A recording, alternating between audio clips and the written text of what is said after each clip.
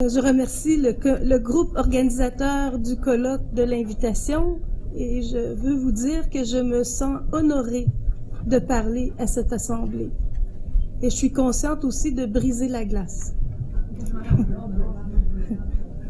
Oui, déjà, oui, c'est vrai. J'arrive de Vienne, où j'ai participé ces derniers jours à un colloque international sur le dialogue interreligieux, intitulé « Le dialogue au-delà du dialogue » et organisé par l'organisme CAICID. Il a réuni 80 spécialistes venant de partout dans le monde. Et je puis vous confirmer que la question des femmes, du genre ou du féminisme demeure marginale dans le champ actuel international du dialogue interreligieux, autant sur le plan des actrices que sur le plan du contenu. En ce qui concerne mon exposé, il s'agit pour moi de présenter quelques caractéristiques des théologies féministes chrétiennes transnationales et je veux vous parler de leur caractère écuménique et de leur ouverture à l'interreligieux. Mais d'abord, une précision sur le vocabulaire. Plusieurs universitaires préfèrent employer le concept de genre à celui de féminisme. Cependant, je voudrais vous dire, du moins, que dans mon contexte, dans certains contextes, comme celui du Québec et du Canada, le vocable « genre » sert à désigner des recherches neutres, dépolitisées. Et c'est pourquoi nous continuons, les Québécoises, à privilégier le vocable « féminisme » qui signifie une posture non neutre et engagée à une transformation des rapports humains. Pour vous dire que c'est contextuel, ces emplois de termes. Et de plus, le terme théologie féministe est celui employé pour nommer le champ d'études que je veux vous présenter dans mon exposé. Et la première dimension de la théologie féministe chrétienne que je désire faire ressortir, c'est la mise en valeur de l'histoire occultée des femmes dans le christianisme. Une her story plutôt qu'une his story. Les théologiennes ont fait sortir de l'oubli des groupes et des individus qui ont agi en faveur de la vie des femmes tout au long de l'histoire du christianisme, notamment des figures féminines marquantes. Elles ont analysé les actions des femmes dans la Bible et leurs conditions d'existence dans le mouvement de Jésus qui permettaient aux femmes qui suivaient Jésus de sortir de la maison patriarcale pour marcher sur les routes en compagnie du Maître, ce qui était absolument révolutionnaire. Les exégètes historico-critiques féministes ont montré que dans les premières communautés chrétiennes, des femmes accomplissaient les mêmes fonctions que les hommes, d'animation des communautés, d'enseignement, d'accueil au partage du pain à la table commune, geste qui est devenu l'Eucharistie, le sacrement de l'Eucharistie. Cette her story, cette histoire des femmes a démontré que la lutte des femmes contre la subordination s'inscrit dans une lignée qui remonte au début du christianisme. Deuxième dimension, la théologie féministe chrétienne opère un double mouvement de déconstruction et de reconstruction des discours et des pratiques, soit une critique du patriarcat ou du phallocentrisme chrétien sous tous ses aspects, et d'autre part, la proposition d'une vision chrétienne émancipatrice pour les femmes. Et là, je veux parler de la diversité, qui est immense. La diversité de la théologie féministe chrétienne se décline en un éventail de possibilités selon les approches féministes adoptées, de l'égalité ou de la différence, réformiste ou radicale, matérialiste ou libérale, psychanalytique ou constructiviste ou autre, ou un mélange de quelques-unes de ces postures. Alors imaginez la multiplicité ici, ainsi que selon Les approches théologiques adoptées, historico-critiques ou sémiotiques, expérientielles ou libérales, de la corrélation ou de la construction, narrative ou post-structuraliste ou autre, ou un mélange de ces approches. Alors, vous imaginez l'explosion, ici, la diversité de cette théologie féministe. C'est sous une multiplicité considérable de perspectives et de méthodologies que les symboles chrétiens ont été passés au crible de la critique féministe. Je voulais souligner qu'en théologie chrétienne universitaire, le développement d'une approche féministe plurielle a bénéficié de deux facteurs favorables. D'abord, dans les années 1960, la théologie chrétienne a pris ce qu'on a appelé un tournant herméneutique. On admettait désormais la non-neutralité de l'interprétation religieuse, celle-ci étant désormais comprise comme déterminée par les questions contextuelles, culturelles et identitaires. Une brèche s'est ouverte à l'intérieur de l'épistémologie théologique pour accueillir une lecture du christianisme à partir d'une diversité de problématiques contemporaines, dont celles féministes. Et un deuxième facteur favorable fut la naissance de la théologie de la libération en Amérique du Sud à la fin des années 60. Elle connut rapidement un essor dans d'autres espaces géopolitiques, ainsi que l'inclusion de nouveaux sujets de la théologie, des antiracistes, des féministes, gays, lesbiennes, écologiques et autres. Les théologies de la libération chrétienne devenues plurielles conjuguent une critique des systèmes d'oppression et une proposition de construction d'un monde juste. La théologie féministe chrétienne des 50 dernières années s'est déployée en convergence avec d'autres courants théologiques chrétiens, herméneutiques, de la libération ou autres.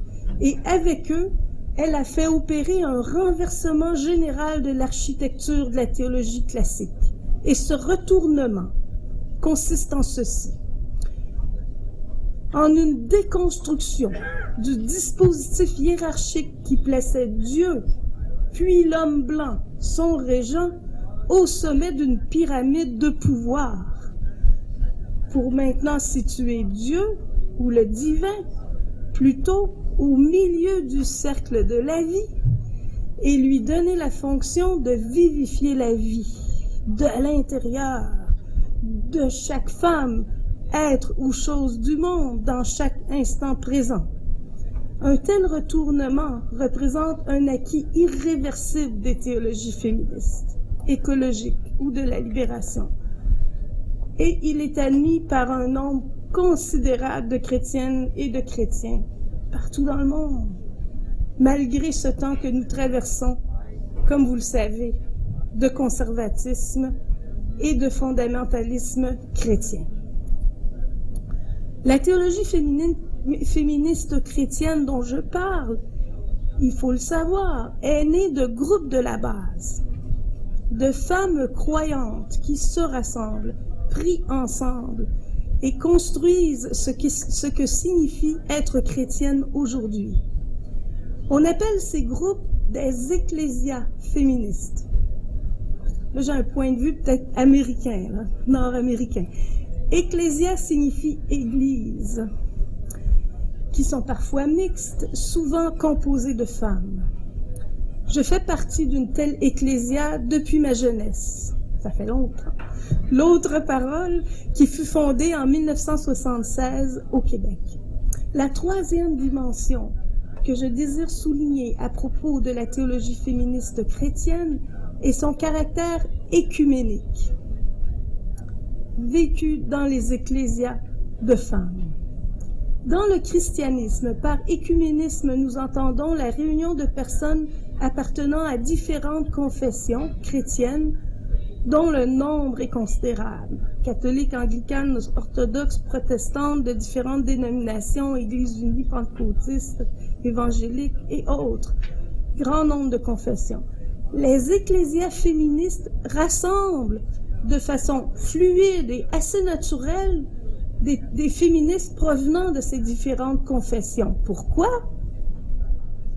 Parce que le féminisme rapproche davantage les personnes que les traditions confessionnelles ne les distinguent. C'était notre expérience. Nous, et je peux parler en nous ici, car je fais partie des femmes qui ont vécu concrètement cette expérience. Nous nous sentons plus proches de femmes féministes d'autres confessions chrétiennes que d'hommes de notre propre confession indifférents au féminisme ou même souvent, ça arrive, anti-féministes. Voyez la chose. Incontestablement, l'écuménisme chrétien représente une caractéristique intrinsèque des théologies chrétiennes. Mais qu'en est-il de l'interreligieux? Comment aborder l'interreligieux féministe du point de vue de la théologie féministe chrétienne? Question. La théologienne chrétienne d'origine chinoise Kwak Pui-Lan, qui enseigne à New York, soutient que dans ce temps de mondialisation, les théologies féministes et postcoloniales possèdent nécessairement un caractère interculturel, et par là même interreligieux. Parce que les femmes de diverses origines et identités partagent une même histoire coloniale de relations injustes et qu'elles ont le défi commun de construire entre elles des relations raciales justes à partir de leurs positions diverses. Il faut dire que pour Kwak Pui-Lan, elle ne place pas la religion au-dessus de la culture. Pour elle, les religions sont des formes culturelles. Les relations aux autres femmes d'origine diverse font déjà partie de chacune des femmes, fait déjà partie d'une intériorité de chacune des femmes. Cet auteur, donc, propose l'idée que la théologie féministe est déjà interculturelle, quelle qu'elle soit. Donc, c'est en raison des lectures antiracistes et postcoloniales que des solidarités transversales entre les différents féminismes religieux et spirituels sont devenues aujourd'hui pas seulement possibles, mais cruciales de ce point de vue. Et cela conduit à élargir la perspective à une théologie féministe multireligieuse sur la scène mondiale. Un ouvrage récent en dresse un excellent panorama. Il s'agit de l'Oxford Handbook of Feminist Theology, publié en 2011, et il est disponible sur Internet depuis 2012. L'Oxford Handbook of Feminist Theology, vous pouvez consulter. Les éditrices de cet ouvrage collectif définissent la mondialisation comme l'état actuel de la colonisation. Les auteurs des chapitres sont des théologiennes qui viennent de partout dans le monde, d'identités religieuses et spirituelles variées, et elles abordent cette question de la mondialisation. Elles montrent surtout que la théologie féministe est devenue transnationale, interculturelle et multireligieuse, dans le sens où les théologiennes diverses forment une communauté mondiale de chercheuses, qu'elles situent leur travail localement tout en adoptant une perspective planétaire, qu'elles valorisent les différences, construisant une solidarité entre elles dans le cadre d'une large coalition imaginée. C'est une image qu'on pourrait avoir, je vous parlais de l'ecclésia des femmes. On peut imaginer cette communauté de chercheuses qui ne se connaissent pas nécessairement comme une ecclésia des femmes imaginées. C'est ça l'idée. Oui. C'est terminé. Bon, je vais conclure. D'accord. Je vais conclure. Dernier paragraphe, je saute. La perspective, juste pour dire que la perspective d'une théologie féministe ou multireligieuse correspond à mon expérience personnelle. Je veux vous finir avec ça. Pour des féministes chrétiennes québécoises, dont je fais partie, Il ne fait plus sens de ne vivre notre foi qu'entre chrétiennes. Nous avons créé divers groupes féministes et interreligieux entre femmes d'appartenance religieuse diverses, entre des groupes qui réunissent des femmes juives et musulmanes, ou des femmes musulmanes et chrétiennes, et ainsi de suite. Ces groupes sont devenus l'espace où nous vivons notre foi en ce Dieu ou en ce divin placé au milieu des cercles de vie, vivifiant la vie, et cela correspond à l'état actuel de la théologie féministe et de notre expérience spirituelle. Il s'agit d'une entreprise créative qui a la capacité de répondre aux changements rapides que nous vivons dans ce temps de mondialisation. Merci.